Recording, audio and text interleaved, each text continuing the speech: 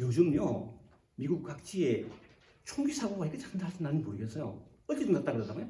타임스퀘어에 그죠? 뉴욕에 그래서 막 다쳤다는 이야기 듣는데 참으로 저는 그런 뉴스를 볼 때마다 피해 당사자들은 말할 것도 없고 사고를 일으키는 범인들 또한 안타깝게 그지없습니다.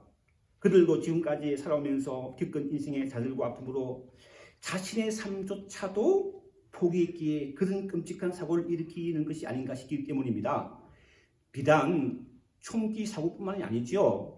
요즘 또 아시안을 향한 무차별 폭행 사건이 자주 일어나고 있어서 행복해야 할 인생이 불행의 나락으로 떨어지는 것을 우리는 주위에서 자주 보게 되는데, 특별히 또 지난주에는 한국의 한 의대생이 또 한강변에 죽은 지 6일 만에 발견됐다고 했죠. 그래서 그 안타까운 사고가 있었습니다. 이런 사고를 보면서 단 한 번뿐인 인생을 누구나 예외 없이 행복하게 살기를 소원하지만 그것이 또 마음대로 되지 않는 것이 우리 인생이라는 것을 깨닫게 됩니다. 이런 안타까운 마음을 가지고 맞이한 5월 가정의 달, 특별히 오늘 마더스데이를 기념해서 행복한 가정, 행복한 교회라는 제목으로 말씀으로 함께 은혜 나누기를 원합니다. 제가요 그 설교를 준비하면서 해피니스라는 단어를 찾아보았어요. 영어에 나오더라고요. Delighted or glad as of a particular thing. 또 행복이라는 단어를 구글산 찾아보니까요, 복된 운수, 생활에서 충분한 만족과 기쁨을 느끼며 흐뭇한 또는 그다음 상태, 이렇게 정의되어 있는 행복을요 히브리어는 아사르라고 하는데 신명기 33장 29절에서 하나님은 이렇게 사용하십니다. 이스라엘이여 너는 행복한 삶이로다. 아사르한 삶이로다. 여호와의 구원을 너같이 얻은 백성이 누구냐? 그는 너를 돕는 방패시요 내 영광의 길이시로다. 네 대적이 네게 복종하리니 네가 그들의 높은 곳을 밟으리로다. 우리가 너무나 잘 아는 상상촌에서 예수님은 행복이라는 말을 이렇게 사용하십니다. 마태복음 5장 3절이죠. 심령이 자란 자는 복이 있나니 천국이 그들의 것이며, 헬라 원문에 이렇게 되어 있죠. 복이 있도다.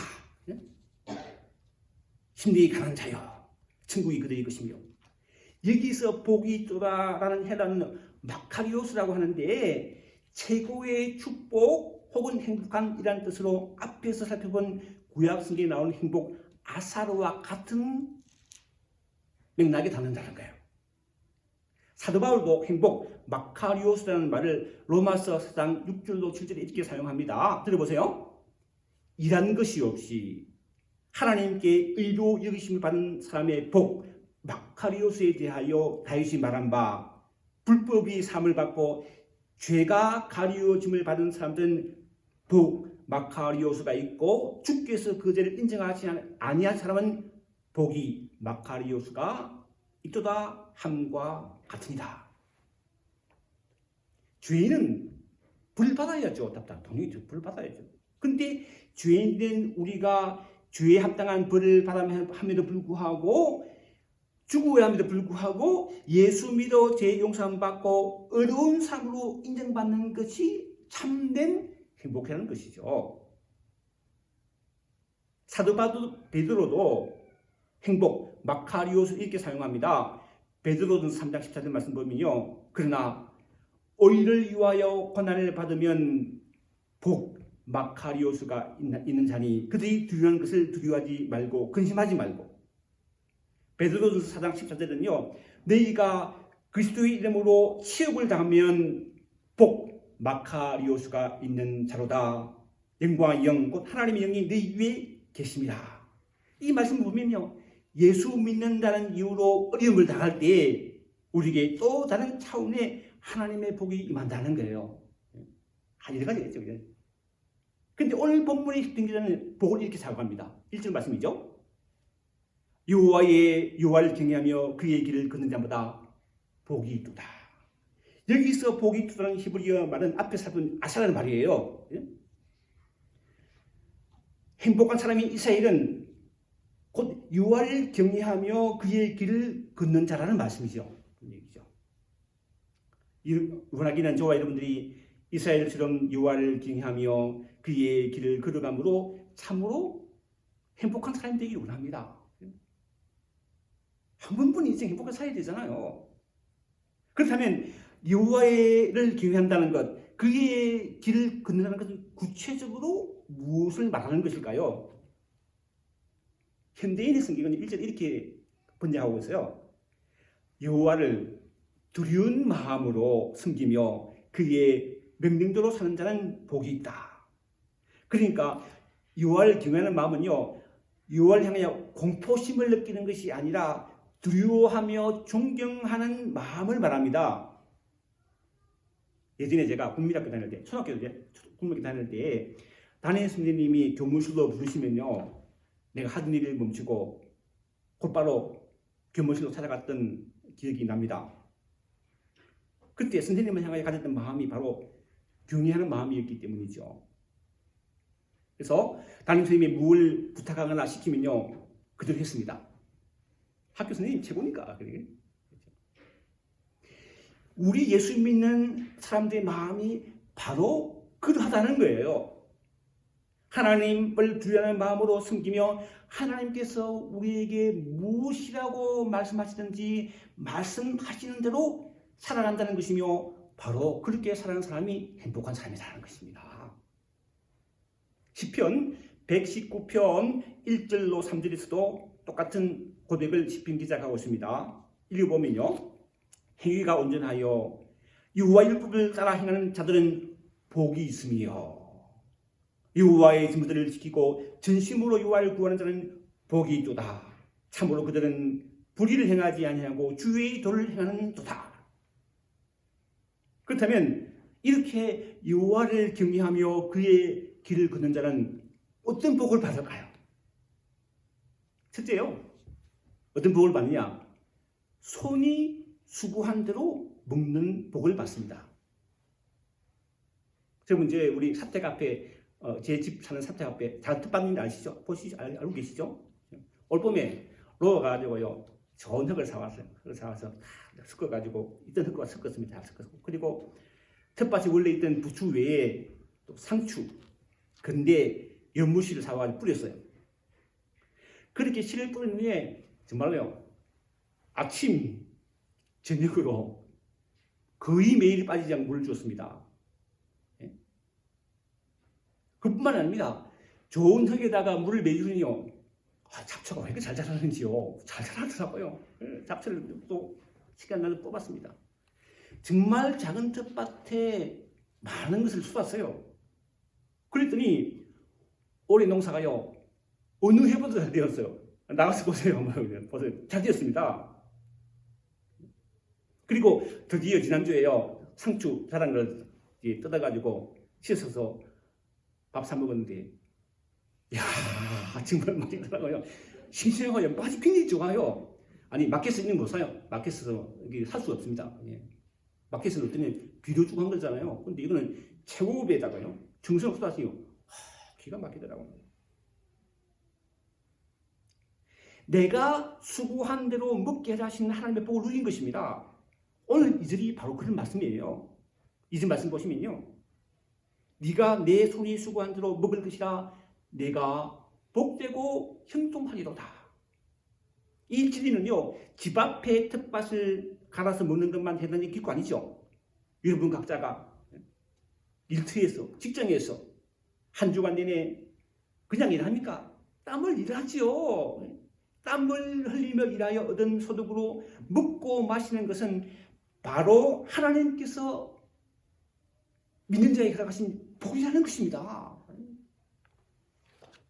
물론 가정에서 주부로서 집안일을 하는 것도 해당되죠. 빨래하고 청소하고 집을 정리하는 것도 내가 하나님의 복을 받고 있다는 분명한 증거라는 거예요. 여기서 우리가 한 가지 생각할 수 있는 것은 여호와를 경외하지 않고 그의 길을 걷지 않는 사람은요, 자기 손으로 수고했는데 못 먹는다는 거예요. 만약 우리가 여호와를 경외하지 않고 하나님의 말씀대로, 즉 계명대로 살지 않으면 우리의 원수인 사단이 우리의 땀 흘리는 수고를 헛되게 할 것인데 그것은 우리 원수인 사탄이 그 수확을 먹어버리기 때문입니다. 레위기 26장 14절로 16절 이렇게 말합니다. 그러나 너희가 내게 청종하지 아니하며 이 모든 명령을 준행하지 아니하며 내 규례를 멸시하며 마음에 내 법도 하나님의 법도를 싫어하며 내 모든 계명을 준행하지 아니하면 내 은혜를 배반할진대 내가 이같이 네게 행하리니 곧 내가 네게 놀라운 재앙을 내려 폐병과 일병으로 눈이 어둡고 생명이 쇠약하게 될 것이며 내가 파종한 것은 휘절이니 너희 돼지가 그것을 먹을 것이며. 하나님 말씀이에요. 우리 하나님 말씀대로 순종하지 않고 살면요, 하나님이 사탄하에게 우리 수확을 먹도록 허간다는 거예요. 아모스 5장 11절도 같은 말로 말씀하십니다. 너희가 힘없는 자리를 밟고 그에게서 미래의 부정한 실을 거두었은즉 너희가 비록 다름은 돌로 집을 건축하였으나 거기 거주하지 못할 것이요 아름다운 포도를 가꾸었으나 그 포도주를 마시지 못하리라. 아니 물론 내가 하나님의 계명을 지킨다고, 다른 말로 하나님을 섬기며 신앙생활을 한다고 해서 일하지 않아도 살 수 있다는 것은 그런 이야기는 아닙니다. 하나님은 창세기 3장 10절에서 우리가 땀을 흘려야 먹을 수 있다고 말씀하셨잖아요. 그러면 우리에게 일하는 노동은 어쩔 수 없이 하는 고익이 아니라 기쁨으로 감당하는 하나님의 귀한 축복의 통로를 믿고 내 손이 수고한 대로 먹는 은혜가 저와 여러분 모두에게 있게 되기를 주님으로 축원합니다. 여호와를 경외하며 그의 길을 걷는 자마다 둘째, 행복한 가정을 잇는 복을 받습니다. 그렇죠? 우리가 지난주에 충격적인 뉴스를 봤죠. 알잖아요. 세계 부자 4위인 빌 게이츠와 그의 부인 멀린다 게이츠가 결혼 27년의 생활을 종지부찍었다는 이야기. 잘 몰랐는데 신문에 보니까 이번에 보니까 그 부부가 행복하게 살았다고 그 언론에 알려져 있더라고요. 행복하게 사는 부부였다. 예? 그동안 세계적인 부자로서 빈곤과 질병과 불평등 대체를 위해서 함께 빌 멀린다 게이츠를 만들어서 운영할 정도로 가난하고 연약한 사람들을 위해서 함께 힘을 쓴 사람들로 알려져 있었습니다. 근데 속으로는 병들어 있었어요. 그 신문에 보니까 빌 게이츠가 하루 16시간 일하면서 집안일 안 돌아보았다고 그 부인이 힘들어했다. 누가 나오죠? 보셨죠? 그것을 보면서 여러분, 돈이 많다고 행복한 가정이 되는 거 아니더라고요. 그 돈이 필요하죠. 돈 필요하죠. 사람이 돈 필요하죠. 그러나 돈이 있다고 행복한 건 아니라는 거예요. 오늘 돈이 많으면요, 가족 간에 분쟁이 생기고 상속 문제로 어려움을 겪는 것을 보게 되잖아요. 사랑하는 성도 여러분, 오직 여호와를 경외하며 그의 길을 걷는 자만이 행복한 가르침을 이룰 수 있다는 거예요. 그 3절 말씀입니다. 3절 말씀 보시면요, 네 안방에 있는 네 아내는 결실한 포도나무 같으며 내 십자가에 둘러앉은 자식들은 어린 감람나무 같으리로다. 제가 미국에 들어온 지 얼마 됐나? 21년 됐나요?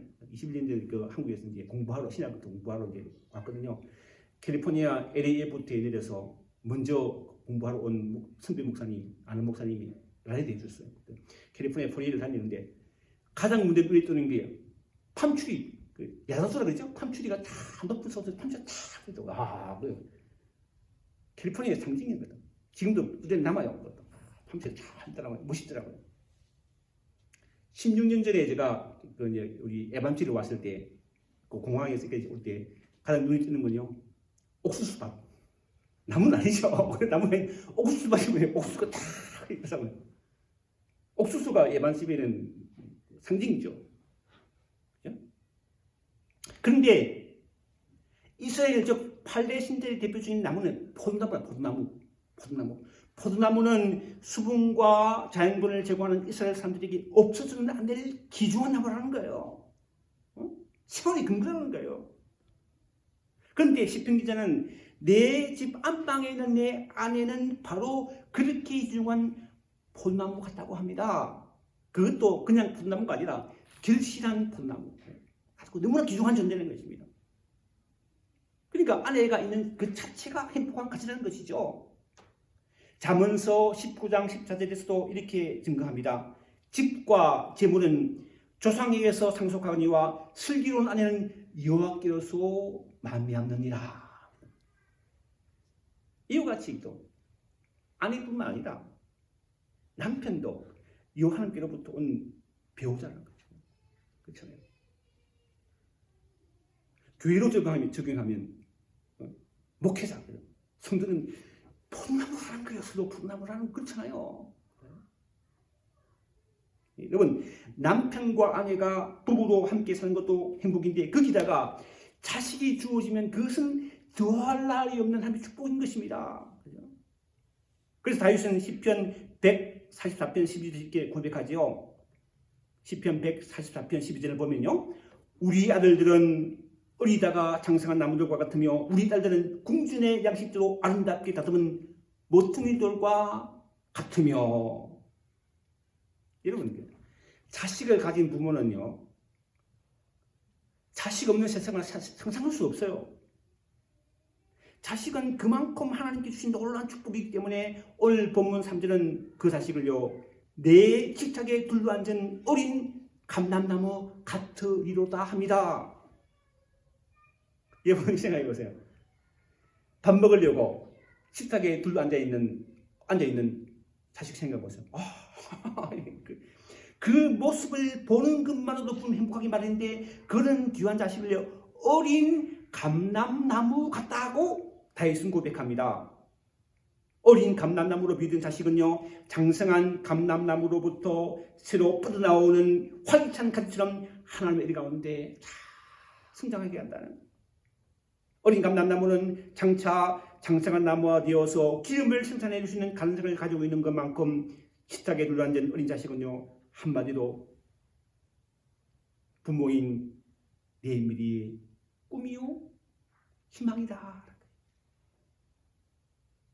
바로 이러한 가정이 행복한 가정이며 이러한 가정이 모인 우리 교회가 행복한 교회라는 거예요. 돈이 많고 성도 숫자가 많은 게 행복한 교회가 아니라는 거예요. 오늘 행복해요. 그래서 같이 온라인도 현장에서 행복한 교회라는 거예요. 사랑하는 성도 여러분, 유월 경외하며 그의 길을 걸음으로 말미암아 행복한 가정, 행복한 교회를 이루는 복을 우리 모두가 받게 되기를 주님의 이름으로 축원합니다. 오늘 본문에서요, 시편 기자는 아름답고 행복한 가정의 모습을 바라보게 한 후에 다시 한번 하나님의 복을 빕니다. 5절 초반절 말씀을요, 현대인의 성경을 읽어보면요, 여호와께서 시온에서 늘 축복하기를 원하노라. 여기는 시온은 하나님 처소예요. 하나님 계신 곳. 다윗은 시편 20편 1절 2절에 말합니다. 환난 날에 여호와께서 내게 응답하시고 야곱의 하나님의 이름이 늘 높이 뜨시며 성소에서 너를 도와주시고 시온에서 너를 붙드시며. 시편 134편 3절에서 이렇게 노래하죠. 천지를 지으신 여호와께서 시온에서 내게 복을 주실지어다. 이처럼 시온은 하나님의 계시는 처소로서 우리가 받는 모든 복이 하나님으로부터 온다는 사실을 강조하고 있는 것입니다. 그런데 여러분, 여호와를 경외하며 그의 길을 걸을 때 우리가 받는 복은요, 비단 우리 자신에게만 그치는 것이 아니라는 거예요. 한 발 더 나가서 우리가 살고 있는 나라, 우리가 살고 있는 나라 뿐만 아니라 우리 자식과 자손에게까지 이어진다는 것을 오늘 시편 본문은 잘 보여주고 있습니다. 5절 하반절과 6절을요, 현대인 여성교적을 보겠습니다. 네가 평생에 예루살렘이 번영하는 것을 보며 너의 손자 손녀를 볼 때까지 네가 살기를 원하노라. 여호와여 이스라엘에게 평화를 주소서. 우리는 그 이민 1세대잖아요. 1세대로서 사실 우리가 미국에 살고 있지만 미국을 내 조국으로 생각하기는 좀 저는 힘든 것 같아요. 여러분 보세요. 조국이다 이래 미국 그냥 사는 거지. 그냥.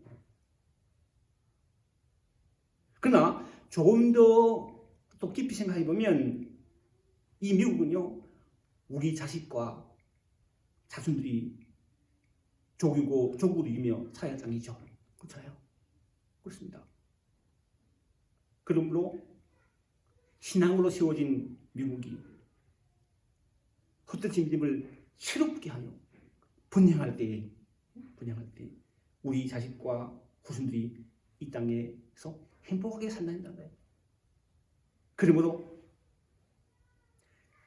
우리 모두가 마음을 새롭게 하여 여호와를 경외하며 그의 길을 믿음으로 걸어가십시다.